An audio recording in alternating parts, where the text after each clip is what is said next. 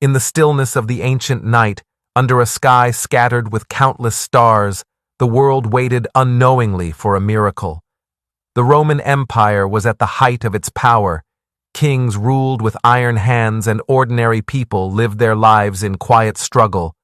But in the small, humble town of Bethlehem, something eternal was about to happen. A young woman named Mary, pure in heart and chosen by God, gave birth to a child in the simplest of settings, a stable, surrounded by animals, without gold, without grandeur, without the trappings of earthly royalty. And yet this child was the King of Kings. This was Jesus, the Son of God, the living embodiment of God's love for humanity. He came not with a sword, but with open arms, not with armies, but with compassion. His birth itself was God's. First, great God bless you to the world, a blessing not spoken in words, but in the gift of his own Son, the early life, humility in greatness. Jesus grew not in palaces, but in the modest home of a carpenter named Joseph. He learned the value of work, the strength of patience, and the beauty of serving quietly. From the very beginning, his life carried a lesson. Greatness is not found in wealth or titles, but in humility, in obedience to God's purpose. Even as a child, he astonished the learned scholars in the temple with his wisdom. But instead of claiming glory, he returned to live quietly with his earthly parents, waiting for the right time to step into his divine mission. The mission begins. God's love in action.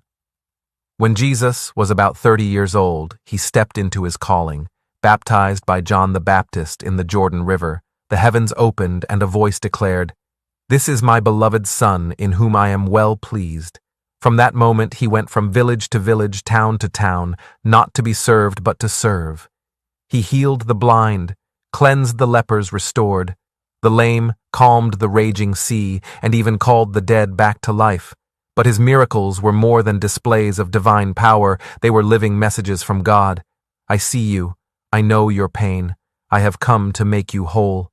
The teachings, truth that transforms Jesus, did not just heal bodies. He healed hearts. He spoke of a kingdom not built by human hands, but by God himself. Love your neighbor as yourself. Do unto others as you would have them do to you. Forgive not just 7 times, but 70 times 7.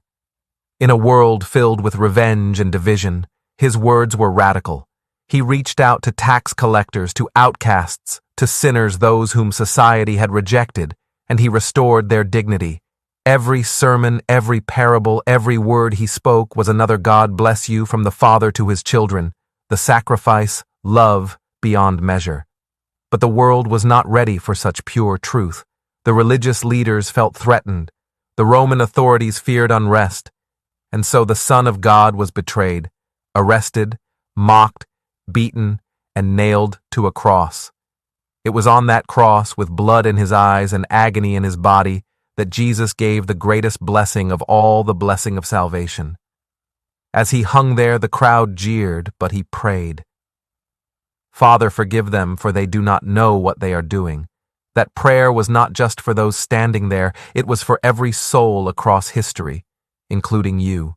When he breathed, his last darkness covered the land, but that was not the end. 3 days later, the stone was rolled away and the tomb was empty. Jesus had risen, proving that death itself could not hold the Son of God. The blessing lives on today, over 2,000 years later. His voice still calls out, "Come to me, all you who are weary and burdened, and I will give you rest."